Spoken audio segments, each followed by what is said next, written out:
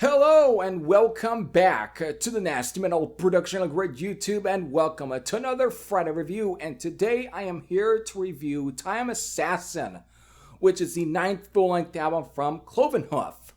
Again, a band that made its debut as part of the new wave of British heavy metal movement, especially with like the opening Ritual EP and their self-titled debut album on Neat Records. So there you go.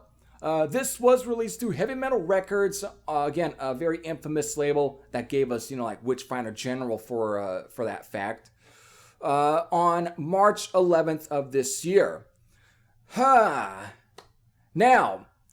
the reason I'm reviewing this album is because this was recommended to me from Victor Von Metal. Now, if you've ever at least seen his comments on, let's say, any of my videos in the past, he'd be the guy that would have his avatar picture be the poster for that really obscure sort of slasher movie, Satan's Blade, if you at least are familiar with that movie. So there you go. So, without further ado, let me review Time Assassin by Cloven Hoof. Let me get into it, folks. So, before I really get into my overall thoughts on Time Assassin, you know what I have to do. I have to do a track listing rundown so I can tell you folks where the songs are on this album, how many songs were on this album, and what is the time length for this album. So, we have at least 9 songs here. It all clocks in at the length of 41 minutes and 26 seconds. So, these 9 songs are beginning with Guardians of the Universe, Liquidator, Lords of Death, After Forever, which is not a Black Sabbath cover. I was going to fuck up and say that it is, but it isn't. So I just really kind of backed myself up there. Then, of course, we get to the title track, Beltane Fire, Highwayman, Tokyo Nights, and then finally ending with Carnival of Lost Souls. So there you go, folks. There's your 9 tracks. Where do I really begin with my, at least trying to conduct my thoughts for Time Assassin here? How do I keep myself level-headed and not try and go off the beaten path and sound like a complete harsh asshole? If you have at least been familiar with my channel and have been following me since 2015, then you probably would know why I'm kind of acting the way that I am here, and why I'm being a little bit cautious. Because my most famous video, at least one of my most famous videos on this channel, is my review for the 2015 self-titled album from Def Leppard.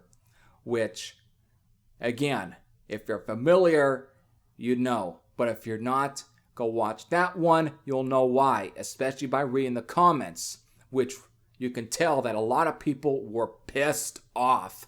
And I feel I'm going to do that again with my review for Time Assassin. So this might be behind a bit by, my 2015 review for the 2015 Def Leppard album. And since this was recommended to you, by you there, Victor, I hope I hope you knew what you were doing. Okay, so I hope you got what you wanted with this one. I hope you got what you wanted, folks. Especially you, Victor. And you can tell I've been doing this one. This is my 3rd or 4th take now of this one. That's why I'm kind of sounding a little bit tired in a way. So I hope I'm not going to be as phoned in as possible. But I've at least had to do this. Again, this is my 4th take, because I just don't know how to do this in a way. It just seems like, I know I'm feeling a little bit not very confident, but it's just how do I make myself come across in this one? So just bear with me, okay? Just bear with me. Now, you know what? I was going to go, I think on my last 2 takes for this one, I went into my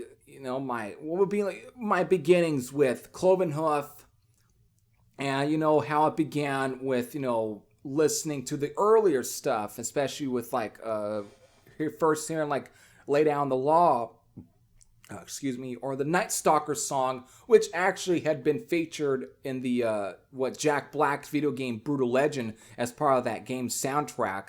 And I just was like, all right, I need to go check out Cloven Hoof. I mean, I know it was on Neat Records, but the only band that I knew that was on Neat at the time, before really kind of getting into just going down that rabbit hole on YouTube of really obscure metal stuff, was at least Venom. So I knew of Venom before I really knew anything else that was on Neat Records.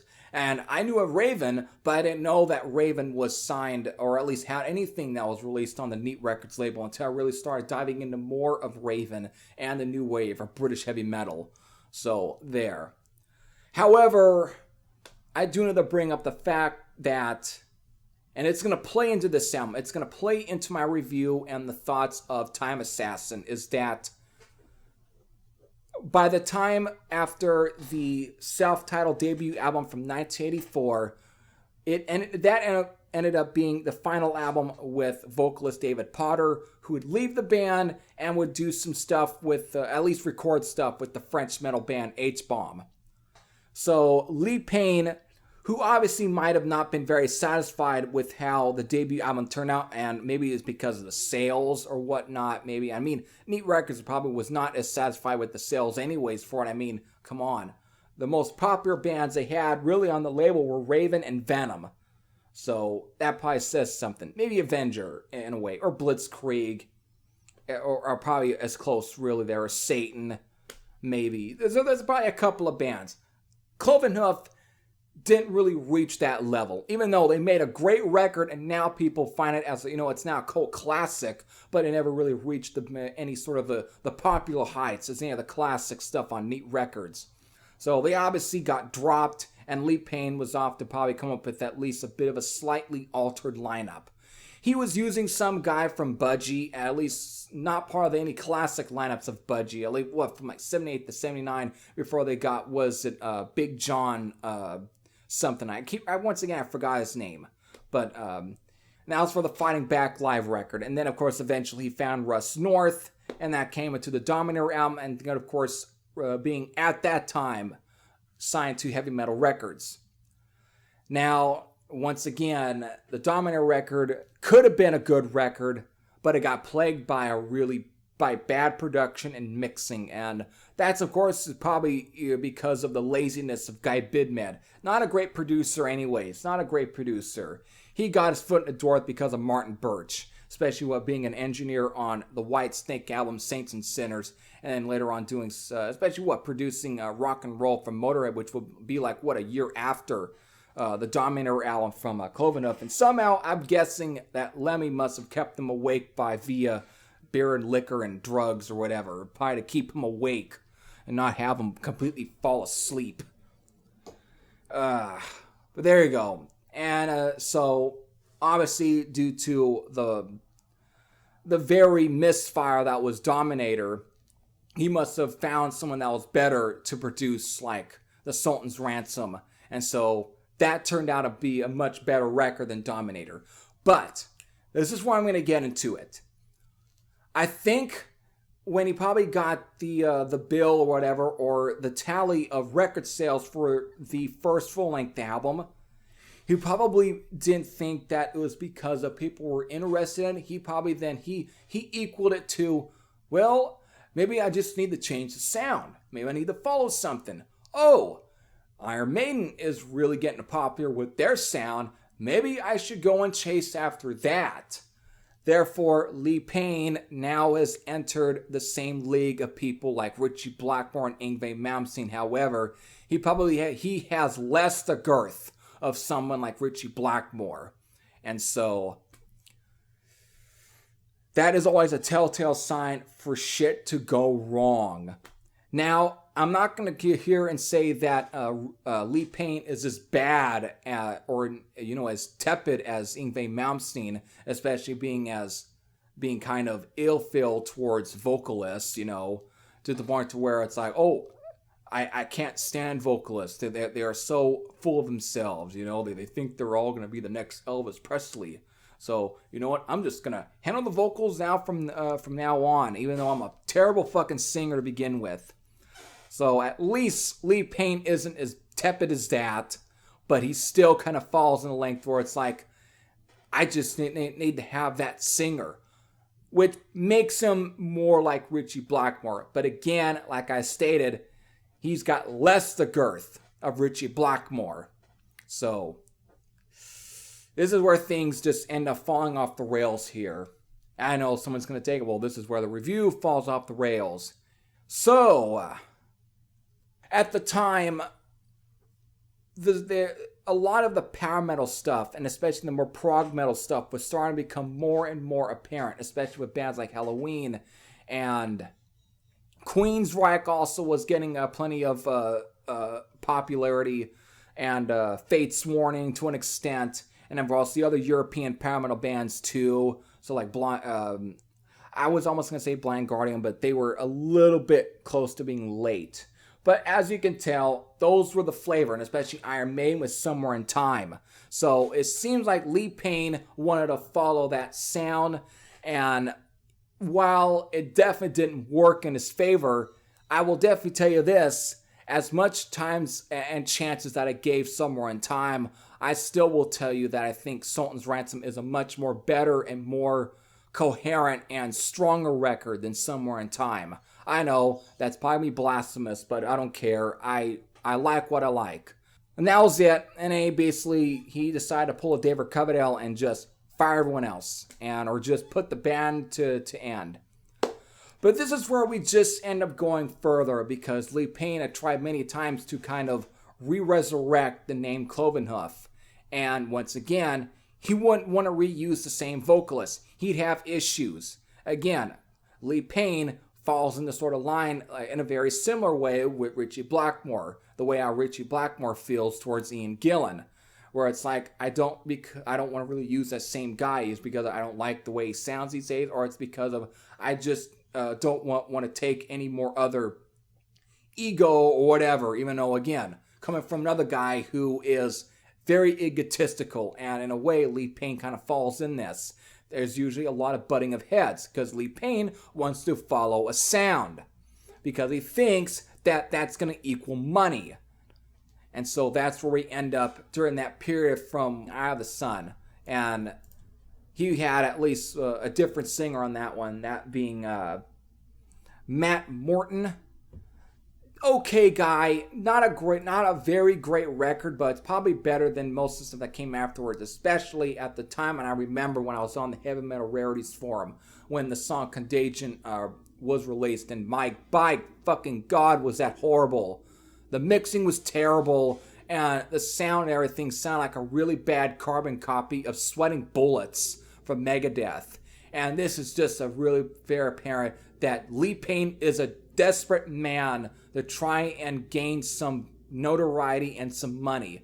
Because I don't want to redo the same thing because it didn't make me money then, but yet somehow doesn't really equate to the fact that this is still not going to make any more money, because the people would at least want to hear something more closer to the good stuff and not something that just sounds like a desperate attempt at a different sound. And that's where everything kind of falls into the next couple of records. He had a guy named Joe Whelan on Resist and Serve, which I never checked out, but I heard it's kind of decent, but I didn't really go much into it. So bear with me, folks. Just bear with me. Of course, finally, with Who Mourns for the Morning Star is finally when he got George Call, who is now who sings on this one as well. And George Call, who did some stuff with the band Banshee, again, the American metal band Banshee, that released some cool stuff back in the late 80s or whatever. You know, they had a record that was on Metal Blade as well. So, a cool band. So, since Lee Payne he reused once Russ North for the Definitive Part 1 album, but after that he didn't want to use him again because, again, there was a little bit of difference of opinion. So he just can't take anyone else's side, whatever, and he just has to go what he feels is going to be great for the band, and that's where we just get what we got here. So, again, Age of Steel also probably is with George Call as well. So, George Call right now is probably lasted a little longer than probably someone like Russ North. But again, since he doesn't want to favor Russ North, he favors George Call and probably thinks he right now is probably the best singers he's had. And I don't want to say anything ill-feel about George Call, but I'm just going to go as brief as possible because I never really listened to anything after, I didn't really go anything else, after the Eyes of the Sun album, because to me, it was kind of a mediocre record. And that's where I kind of feel with Time Assassin, because since I wasn't so aware of what sound Lee Payne was trying to go for after that, and what he wants to, what trend, whatever that he's trying to chase. Really, again, upon this one, he's still trying to go for that sort of power metal sound. However, he's really even go more forward. He's really gone deep into that sort of power metal sound. So, the only thing positive I could say about Time Assassin here is that, well, it's played fine. I mean, I can't find any flaws in Time Assassin as far as when it comes to the production, the overall playing of the band. Everything's tight sounding. I mean, George Call sounds fine on the record. He sounds fine, even though at times where I feel that he kind of goes a little bit too much in his performance, to where I'm kind of just reminded a little bit like Tim Ripper Owens' performance on the KK's Priest album. So it pushes towards towards there, but again, he's fine. He's able to perform everything well. The band performs everything well. I mean, so the album has that going for itself. So in a way, it's very professional sounding. So nothing really bad there, right? Okay, so because the album has at least great production, great mixing, a good solid performance from everyone in the band, that should mean that it should be a great record, right? I don't want to sound like I'm going to be too mean already. I'm starting to sound like I'm going to be mean, but I'm going to hold myself as much as I can so I can be at least a bit professional. Just because an album has great mixing, great production, doesn't mean that the album is going to sound tepid, tired, and generic and mediocre. Because that, to me, is what Time Assassin is. It's a very generic and very mediocre sounding album. The songs are just so stock. It's almost like if you ordered Halloween, but yet you ordered Halloween off of a very low discount cheap site that has off-brand sodas and off-brand food. That's the way I feel towards Time Assassin. It's your off-brand Halloween, or your off-brand European power metal that I've heard from every other fucking man. Like Primal Fear might be a better example. It's your off-brand Primal Fear, who already at the time people thought was probably like an off-brand Judas Priest.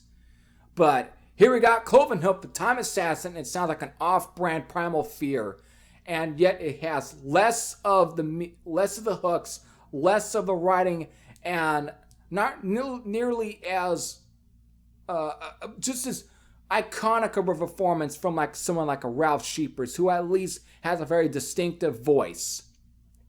Again, I don't want to sound like I'm gonna be mean on, let's say, like George Call, who's a fine singer, and he's fine on this record, but there are just times where he's like really trying to get so much of himself in these songs. That's by like the title track, for example, towards the end of the song or like the middle of it, wherever, and it's just where it almost makes me think of like if David Coverdale was trying to sing for something like a Primal Fear, or like a really heavier sort of power metal band. And that's where it ends up giving me just the overall impression I'm getting. It's like, it's interesting, but yet I don't think what it calls for it. I mean, yes, he's trying to give it all that he has on here, but it just comes across where it's like almost in a wrestling promo, or someone knows that maybe, let's say, the material or let's say the angle that they're in is probably not the greatest, but they work themselves up so much that that's what they do. They work themselves too much to where it just sounds like, okay, you're kind of just forcing yourself to sound like you're either angry, you're trying to make yourself sound like you might be that excited, let's say, for whatever kind of angle you're part of, or whatever thing you're supposed to be given to go out there, like give out any, let's say, entertain the folks because you need to give them something just so someone else has to get time to prepare for the next match.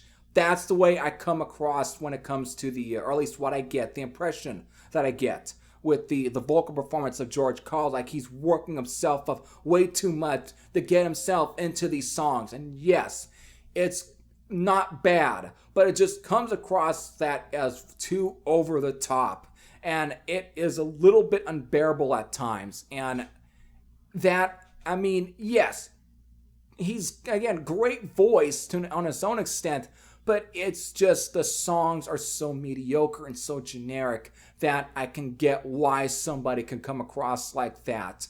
And it is not a very easy listen at times for me. I mean, I can talk about what is a bad album, but this is just one that just feels like it's almost like an endurance test at times. And it is not something I don't necessarily care for when I'm listening to my metal stuff. I mean, it's just it's just come across as just so tired. And again, musically and everything, it sounds fucking tired as fuck. I mean, Lee Payne is so desperate. I mean, it seems like he probably did a good, he feels like he struck gold, because he seems to get much more better reviews than any of the stuff beforehand. Mostly that middle period between like A Sultan's Ransom and Who Mourns for the Morning Star Resist, or at least up to that point, it wasn't as greatly received, especially after the backfire that was Contagion. But it's still not anywhere great. It's not amazing at all. It just sounds like I've just heard everything before, and yet I've heard better. And I think Lee Payne just wants to cater sort of to a certain audience. And he might be doing just that, but you can tell it's just desperate attempts from somebody who couldn't make it in the early 80s. And so it's just like a desperate attempt. It's like, all right, this is my third or fourth chance. I gotta make this fucking work. And yes, that's usually can be very admirable, but sometimes there's just a point where it's like, all right, maybe you should have been rethinking this a long time ago, instead of trying to burn bridges with people that tried to give you everything that you fucking wanted. But yet you bitch and you moaned, and yet you want to try and say that they were the problem. And those are the kind of people that are always going to have a very, very, very tepid discography, and usually is the most inconsistent. And that's why everything's the way that it is with like Ritchie Blackmore or Yngwie Malmsteen, who, again, they all gave everything. They gave their heart. They gave their soul to try and make shit work with that person. But the guy just sounded like he just was very spoiled and didn't really know what he actually wanted. And instead just wants to blame the other guy because it's like, well, it's their fault why this didn't work out, why it didn't sound well. And now I'm just going to kiss this other guy's ass because of the people now like it now, when you didn't want to make the shit work with the other guy. And that's where I feel the way that I do towards Cloven Hoof these days, and why I almost neglected wanting to check out anything else from Cloven Hoof, because of the kind of attitude and personality that a guy like Lee Payne has, who is very egotistical for a guy who obviously never was in this business. So that's how I am. And this is why I feel the way that I do, and why the songs are so mediocre, because this guy is so desperate to want to get something out. So there. I finally got my way. In a way, it just comes down to it that when it comes to the quality of the music of the album, it's almost the equivalent of somebody who wants to go eat at McDonald's, but yet doesn't like the taste, but thinks what would make that taste better is if they went and bought a bunch of them, took it home, and let's say tried to make a gourmet burger out of at least the the McDonald's hamburgers, and try to make what would be like a good restaurant gourmet style out of it, just with the same ingredients, the same patties that have already been cooked up already and have been put on there, but yet I'm going to dress it up with this nice little a really good brioche bun that obviously came from my nearest bakery, and get all the other ingredients like the onions, grill up other stuff, and try and make it seem like it's a gourmet burger, but yet at the same time it still tastes like McDonald's because it's got the same McDonald's flavor, which is very processed and bland, which is exactly what Time Assassin is, processed and bland. So there we go. There's my overall thoughts on Time Assassin, and I'm giving it a 7.30 out of 10. Okay? Yeah, that's just the way that it is. It's a 7 for me in a way. It's not a terrible record. It's just not a very good record, and so I probably could have given it 6.30, but the thing is, there's some stuff in here that are fine. I can find things I can kind of like on here. I would say the only good song that I like on here was probably Beltane Fire, which actually has got some, fine sort of, bit hookiness to it. But it's just not that great as it should have been, especially when you're slapping the Cloven Hoof logo on there. You would think it's going to at least come anywhere close to that. But the thing is, the music sounds like the artwork, which again is a very processed looking artwork that's very generic, and you could have slapped on any other sort of European power metal album that's got those sci-fi aspects to it, and it would come more closer to that. So that's just where I'm at. Again, I know all of you probably have listened to this one, so if you want to try and throw as much arrows at me as much as possible, go right ahead. I don't really give a shit.